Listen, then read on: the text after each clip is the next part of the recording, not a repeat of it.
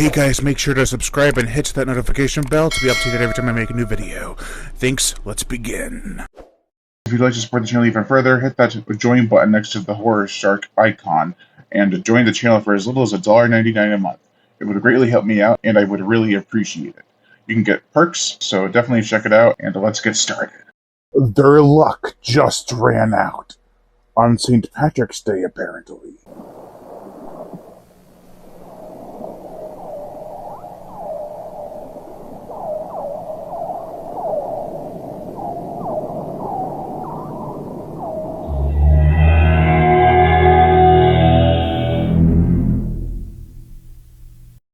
Final destination.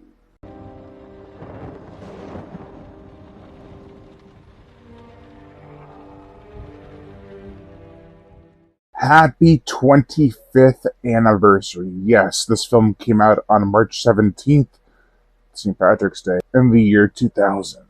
It was directed by James Wan. No, not that James Wan. The plot. Fate is the darndest thing sometimes. It can be a blessing or a curse. For some students and teachers, it could be as simple as a roll of a dice. After one has a premonition of the plane they are on exploding, it comes true. After several passengers off board. However, the survivors are not as lucky as they initially thought. Live it up, Alex. You got your whole life ahead of you.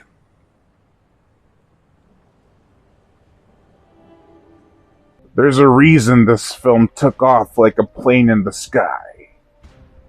I am sorry. It's downright brilliant. Death going after people who escaped its cold embrace is an interesting concept. There are elements and clues that hint to what this force's design is. This was originally going to be an X-Files episode, but the idea was sound enough to warrant a feature film. All the while, a little 1984 film called Soul Survivor had a plot that was very similar, down to the plane crash and Death feeling like he got cheated.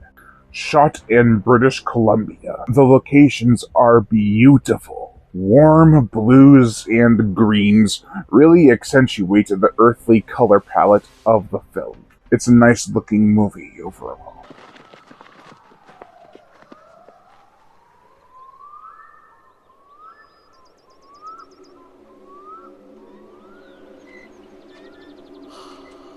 For the characters, we have Alex Browning, played by Devon Sawa, from the Chucky TV show and Heart Eyes. He is the one with the premonition. He sees it all happen. His fellow classmates and even himself perish by way of plane explosion. When he gets the chance to get the hell off of that damn thing, some others follow. Now, Death is after them. Browning attempts to find a way to cheat Death once again. There has to be a pattern, a design, something to give clues as to who is next or how they will die. Sawa's performance is great, and he is visibly tense from the get-go.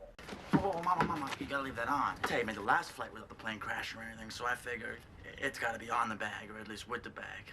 Clear Rivers, played by Ali Lauder, from 1999's House on Haunted Hill, as well as Resident Evil 3, 4, and 6, is someone who practically idolizes Browning. She's not sure why at first. Then, the circumstances that follow seem to make her realize how much he means to her. She is a metal sculpture artist, and doesn't seem to have any parents around. When I was a kid, I used to worry so much about my parents dying. Lying awake at night just worrying. Yeah, well, most kids do, I guess. Most kids never have it happen. Carter Horton, played by Keir Smith from 2009's My Bloody Valentine remake, is the token bad boy douchebag. He thinks he has control over his life and death in the situation, which is a laugh. The very idea that Browning knows stuff on it that he does not drives him mad. Miss Valerie Luton, played by Kristen Cloak, from 2006's Black Christmas remake, kinda blames herself for what happened on the plane. She sent a fellow teacher to go back on the plane with the students to make sure they were alright when they got to Paris. But now, she regrets her decision. She is also petrified of Browning, unsure of what to believe, and if Browning is really connected to the plane crash at all, or if he sabotaged it, or really did have a premonition. She just doesn't know, and she's scared.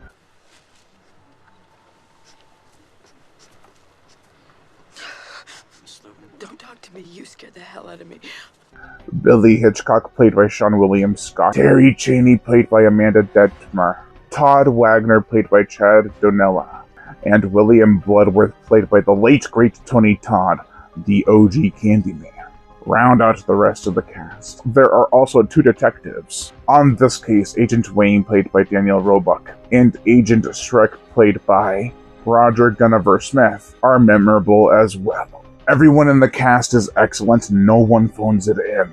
There is genuine fear, shock, and sadness. The latter of which is shown during the funeral and the plane crash wreckage being recovered. By the way, the footage they show is real. It's from the TWA Flight 800 that crashed in 1996. Authorities are pessimistic about the possibility of finding anyone alive from the ill-fated flight. All 287 passengers are feared dead. For the gore, the effects. When I first saw this, I was not expecting much in terms of bloodshed. The film was rated R for violence and terror and language, which was kind of a common rating back then. So there was no gore in the rating. I was like, that's not going to be that bloody or gruesome or anything. How much gore could there be? Really? I had a phobia of flying when I was younger. Seeing that plane crash sequence startled me good. And seeing blood explode in the cabin, and seeing Alex being burned to a crisp charred was intense.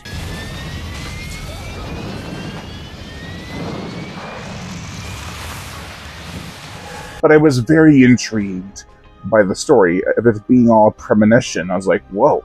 So no more than 5 years later, I actually watched the whole damn thing. The idea was cool enough for me to push past my phobia of planes and revisit the film. We also get a tight strangulation. Remember when saying tight meant something was cool? It's tight, man. What? A person smashed into by a bus. A neck to cut throat, a knife to the chest, into the top of one's head is sliced off. It's got some hard-hitting executions, most definitely. Some are built up, while others come as a shock, even though they are expected. You're like, damn! The effects are pretty much all done practically. There are some CG shots, but they're not terrible. They're actually pretty well done for a budget of $23 million, which is not low, but not high, even for back then. The motion picture soundtrack, Shirley Walker composed some very fitting and well-done music for this film. The main hook should be way more iconic than it is. Songs like The Parents' Arrival and Premonition are saddening. They're deep, sorrowful tones that make you feel like if you were a parent and your kid actually survived a plane crash before it took off, that you're just grateful they're alive. It's also all the more sad that we know it's not going to get any better. The track Todd really gave me the Blair Witch Project trailer vibes. You know, that really weird sounding sound they have in this trailer. I don't know how else to explain it besides auto-tuned wind or whatever. That shit was creepy. This afternoon, which is so certain, and which has every hour filled in advance. The song Rocky Mountain High by John Denver, a singer who died in a plane crash, is actually a song I listened to long before. And hearing it in the film was like, so conflicted. Because it's a scary movie, and they have this song that I had listened to when I was like 5. And, yeah, my god, I love that song, but not here. This shit's creepy. Funny enough, I remember watching this film, hearing that music. I thought he said a song about a guy who died in a plane crash. But the song's not about that. The singer died in a plane crash. I was stupid. God damn. Died in a plane crash. Overall, good thing this film did not come out the year after, for obvious reasons. For the comparisons between reality and life imitating art, it would not make it to a full theatrical release. We would not have the long-standing franchise we do now, and that is currently still going. I've always enjoyed this film and the franchise for the most part. They have an endearing quality that I just find infectious. Make sure to check out this film and the series as a whole before the new one comes out. You will not be disappointed. For this first film, it hits the hardest. That's going to do it for this video, guys. You have been watching Charcast Entertainment. I've been your host, Brian Gatto. Make sure to like, comment on, as well as share this video. Like my Facebook fan page. Also hit that notification bell to be notified every time I make a new video. And as always,